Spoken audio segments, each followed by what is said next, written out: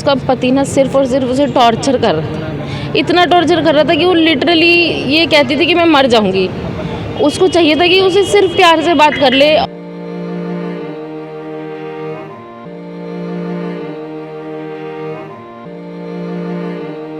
और उसका जो सारा जेवर था उसने सारा गिरवी रख रखा था, हमारे घर का भी अपने घर का भी चढ़ाया हुआ, उसको कुछ नहीं। और जो वो कमाती थी तो उसको पैसे भी नहीं देता था खर्चने के लिए।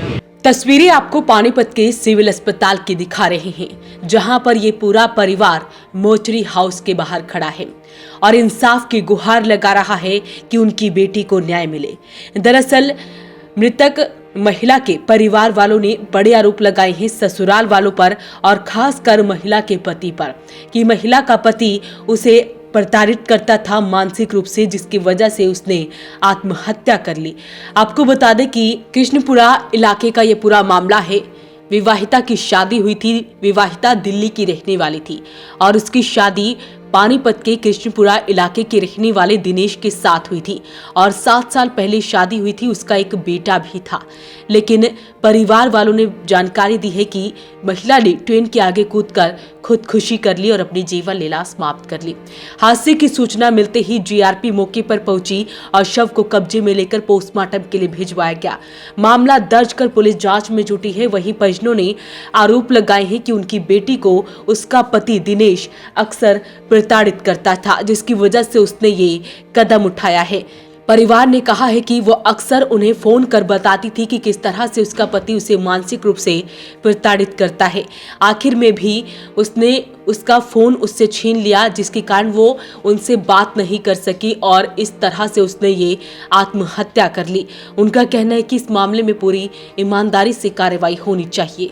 जब मेरे कज़न की शादी थी, लास्ट कांटेक्ट में कंटिन्यूसली थे पिछले 1 महीने से मैं, और वो इतनी डिप्रेशन में थी कि वो सुसाइडल थॉट्स थे उसके अंदर। वो सिर्फ ये बताती थी कि मैं ट्रेन की आवाज़ सुनती हूँ तो कट जाऊँ, मैं छत पे खड़ी होती हूँ तो कूद जाऊँ।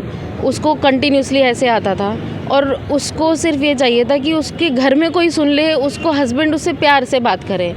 उसको थोड़ी प्रॉब्लम थी साइकेट्रिक, क्योंकि उसने रिसेंटली अपना बच्चा खोया है, बट उसे कोई भी साइकोलॉजिकल सपोर्ट नहीं दे रहा था, कोई मेंटल सपोर्ट नहीं मिल रहा था। ऊपर से उसका पति ना सिर्फ और सिर्फ उसे टॉर्चर कर रहा था। इतना टॉर्चर कर रहा था कि वो लिटरली ये कहती थी कि मैं मर जाऊंगी। उसको चाहिए था कि उसे सिर्फ प्यार से बात कर ले और वो अपने मन की बात ना हमें कॉल करके बताती थी। और जिस दिन उसने ये जब कल किया ना, उससे पहले उसके पति ने, स्पेशली दिनेश ने, उसका फ़ोन उससे छीन लिया है। अगर उसके पास उसका फ़ोन होता ना तो वो कुछ भी नहीं करती, कुछ भी नहीं करती। वो सिर्फ परेशान थी और वो कुछ भी नहीं करती, वो सिर्फ हमसे बात करती। वो सुसाइडल थॉट थे क्योंकि वो इतने टाइम से परेशान थी। बट अगर उसके पति ने उसे साथ भी ना दिया होता ना, उसको टॉर्चर कर रहा था, उसको फिजिकली पाइल्स की प्रॉब्लम हो रही थी, वो उस तक का उसे इलाज नहीं करा रहा है। मेरे चाचा आरएमएल में है, बट वो ये चाहते थे कि इलाज हो जाए, फ्री में होगा, सब कुछ होगा, बट वो इतना तक नहीं चाहता था। उसका ईगो इतना बड़ा है कि अगर तेरे ससुराल वालों ने बोला है जहाँ ट्रीटमेंट वो कराना चाहते हैं वहाँ नहीं होने दूंगा। वो इतना इगोइस्टिक था। और मैंने स्पेशली बात की है, 1 रात पहले भी उससे बात की है। मैंने ये तक बोला कि तेरे हस्बैंड को जो चाहिए तो उस तरीके से प्यार से रहे। वो कह रही है कि सिर्फ मेरा पति मुझसे प्यार से बात कर ले। वो उससे प्यार से भी नहीं बात करना चाहता। वो चाहता था, क्योंकि वो अच्छे से जानता था कि अगर वो इससे प्यार से बात करेगा वो ठीक हो जाएगी, और अगर वो चुप रहेगा वो टॉर्चर होगी। वो सिर्फ और सिर्फ हर चीज़ कर रही थी, चाहे वो अपने गहने देना है, चाहे वो अपने फाइनेंशियल कंडीशन को ज़ीरो करना है, अपने मेंटल स्टेट को ज़ीरो करना है, या फिर अपनी पढ़ाई को छोड़ना है। वो इतनी एजुकेटेड और इतनी समझदार लड़की थी ना कि उसे वहाँ पे रख के ना उसने डम कर दिया और ब्लॉक कर दिया उसका माइंड। जानकारी के मुताबिक दिल्ली की रहने वाली मेघा की शादी पानीपत के कृष्णपुरा इलाके के रहने वाले दिनेश नाम के युवक के साथ 7 साल पहले उसकी शादी हुई थी। मेघा एक ट्यूटर थी और दिनेश भी काम करता था। शादी के कुछ दिनों बाद ही दोनों में अनबन रहने लगी, जिसके कारण मेघा मानसिक रूप से परेशान रहने लगी।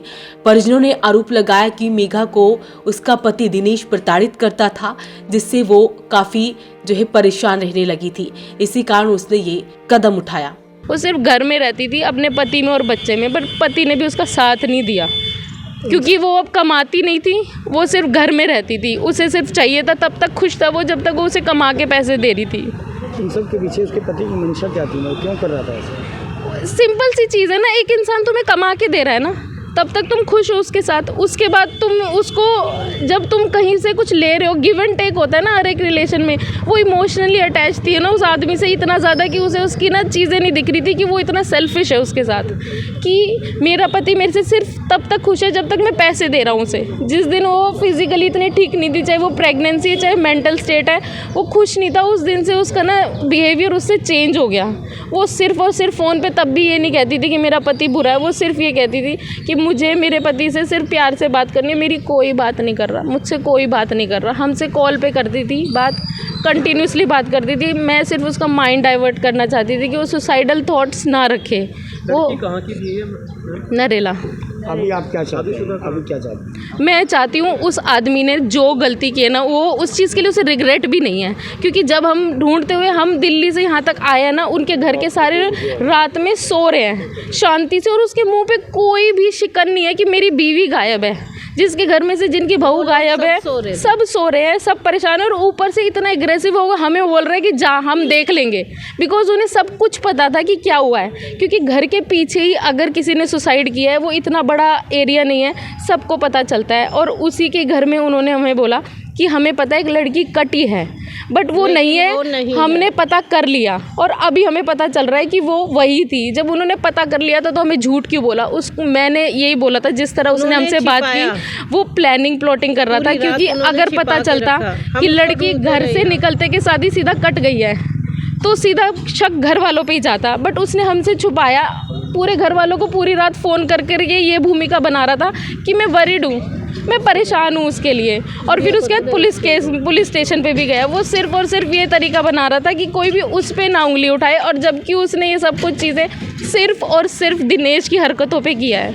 क्योंकि ये चीज़ें ना स्टार्टिंग से सिर्फ दिनेश ने ही की है, क्योंकि उसे सिर्फ उसी का साथ चाहिए था, और उसने किसी तरह से भी उसका साथ नहीं दिया। फिलहाल मृतका के परिजनों के बयानों के आधार पर पुलिस ने मामला दर्ज कर जांच शुरू कर दी है और शव को पोस्टमार्टम करवाकर परिजनों को सौंप दिया गया है। परिवार जो है इंसाफ की गुहार लगा रहा है, आंखों में आंसू है। उनका कहना है कि उनकी बेटी इतनी समझदार थी और इतनी मजबूत थी, लेकिन जिस तरह से उसके पति ने उसे प्रताड़ित किया, वो मानसिक रूप से इतना परेशान हो चुकी थी, इतनी कमजोर हो चुकी थी, जिसके कारण उसने ये कदम उठाया। हर कोई है, ससुर भी है, सास भी है, ऊपर नीचे सब रहते हैंगे, दुरानी भी है, देवर भी है, मतलब कि नंदे भी हैं, दो सब है। लेकिन मेन जो है आदमी उसका हस्बैंड है, वो टॉर्चर करता था उसको बहुत ज़्यादा। जब तक वो कमाती थी तो वो खुश रहता था, क्योंकि उसकी जेब भरती रहती थी जब वो कमाती थी।